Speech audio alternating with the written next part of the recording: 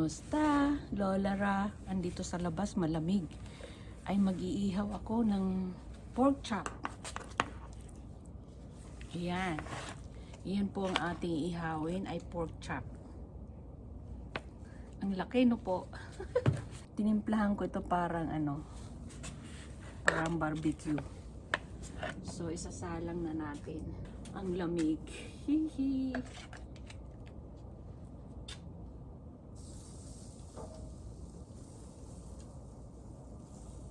Okay.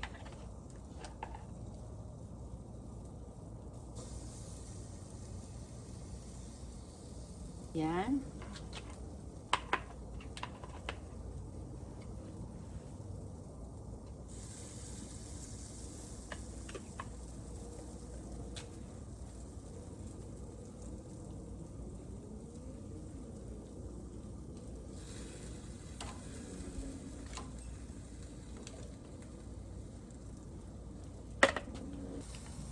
Tasting na natin, guys.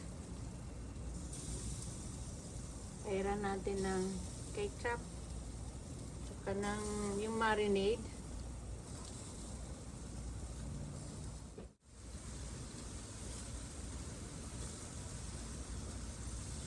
Mahina lang ang apoy kasi baka masunog.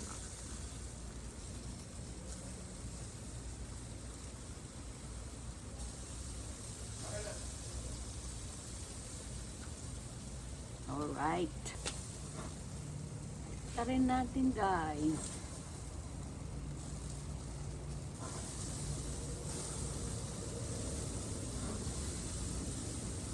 Alright.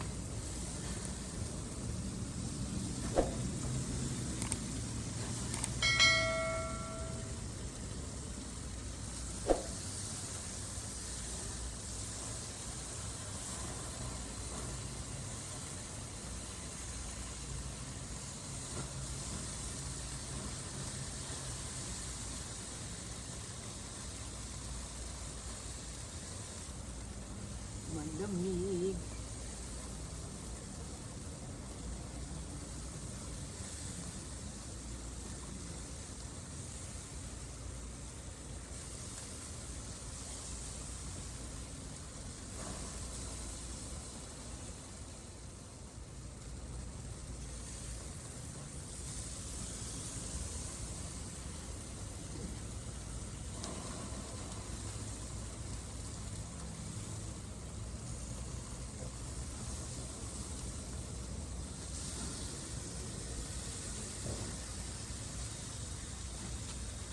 Malamig.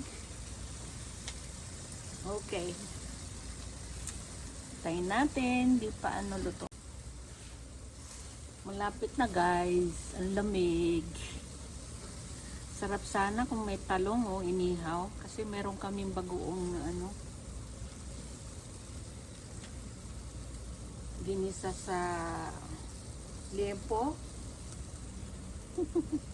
Puro baboy, guys.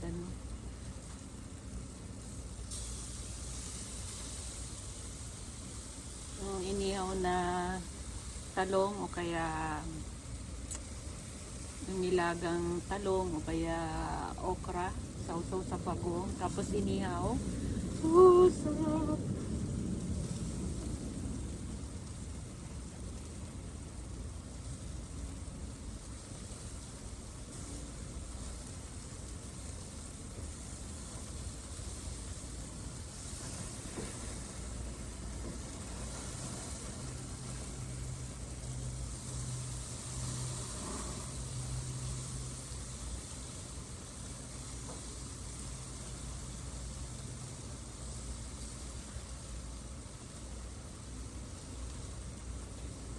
Kailangan babantayan talaga kasi masusunog siya dahil may yung taba mag-aapoy. Pag iniwan masusunog. Yan, kakaramelize na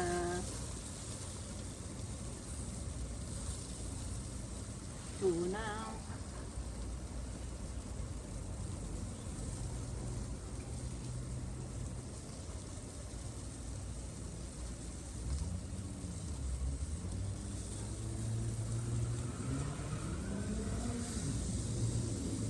Nag-ano siya guys, yung nagkakaramelize siya, parang sunog kasi.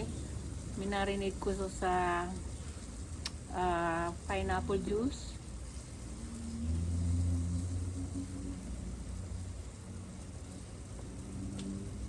And then garlic. Bango. Bango guys, nakakagutom. Yan, malapit na. Kunti pa.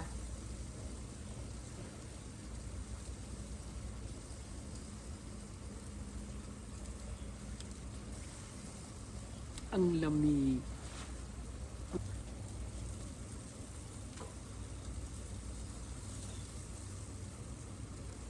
Alright. Ito na siya guys. Oh. Yummy, yummy.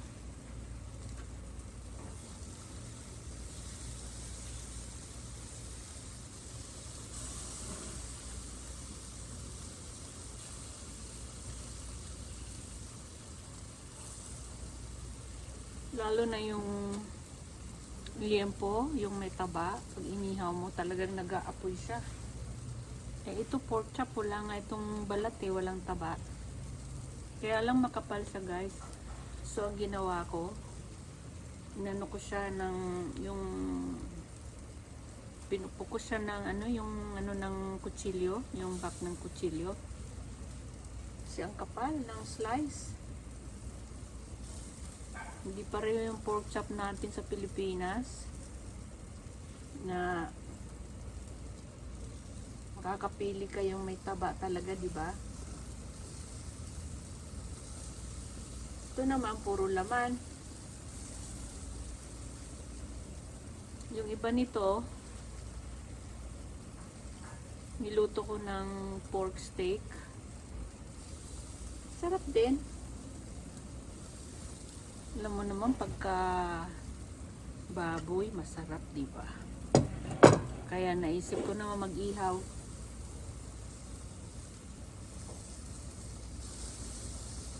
Yun.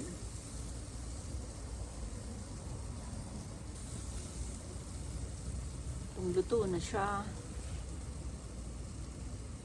Pero ito guys, itong pork chop na ito, ewan ko kung familiar kayo ng yung pork chop sa Costco. Wala namang buto. Ito may buto ito. So masarap din.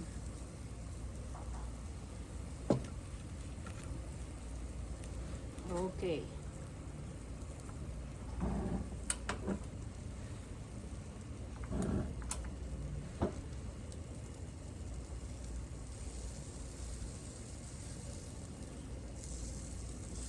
We're done. Dandaran, kakain na. So, off na natin. Mamaya na natin isasara ito pagka malamig na, mainit pa siya. Tapos na po ang ating ihaw-ihaw. Alright, kakain na po. Thank you.